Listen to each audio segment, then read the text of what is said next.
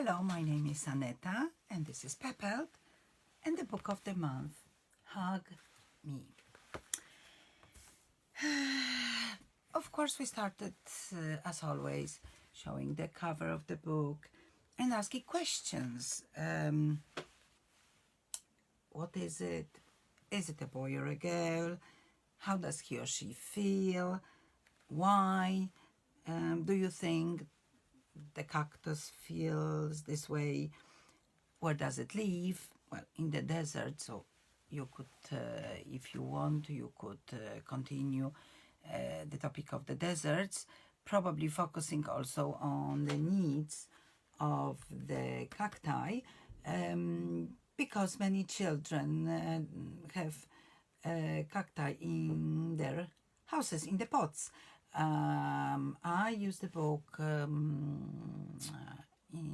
online, working with students, and they started showing me immediately all the pots with cacti they had. So the very next bit would be focusing on irregular plurals, finding like 3 to 5 examples of these weird plurals that we just have to memorize them, like cactus, cacti, but also child, children, mouse, mice, just depending on the age and level of English of your students. But I think it is always good to remind especially these rare plurals.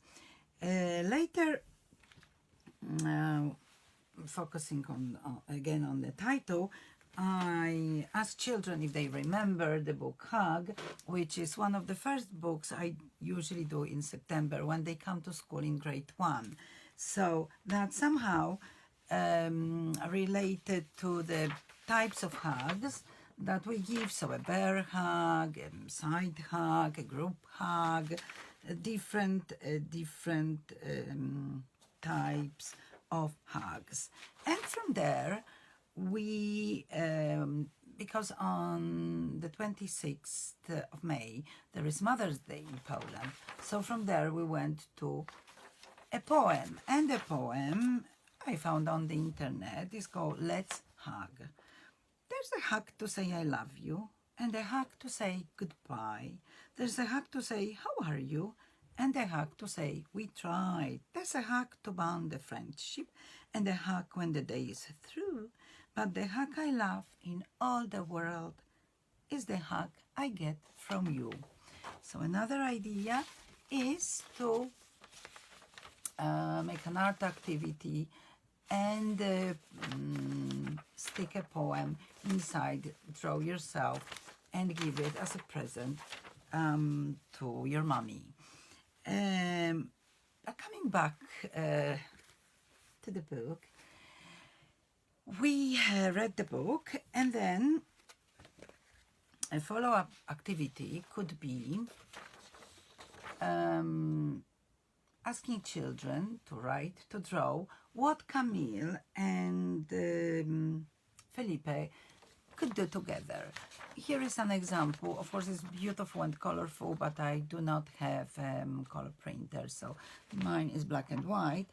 An example of a student who wrote Camila and Felipe can hug together, Camila and Felipe can sing together, Camila and Felipe can play tennis together, Camila and Felipe can play computer games together. As you see, beautiful, beautiful pictures and wonderful text.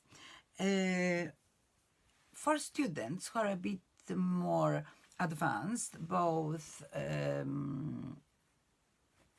orally and also maybe can write a bit more, we can introduce something very interesting, because there is another very nice book that is called Nobody Hugs a Cactus.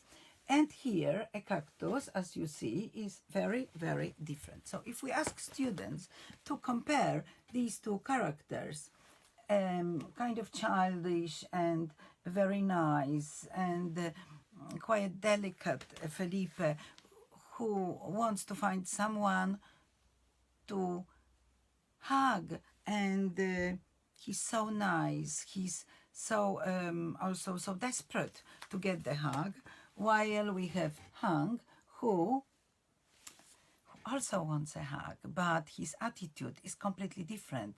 He just rejects everyone, saying he doesn't want to get a hug. A wonderful book, perfect book. So very nice to compare the main characters, Felipe and Hank, and then ask children to discuss why the attitude is so different. And I'm sure there would be very interesting and more sophisticated remarks from your students. Thank you very much. See you next month. Goodbye.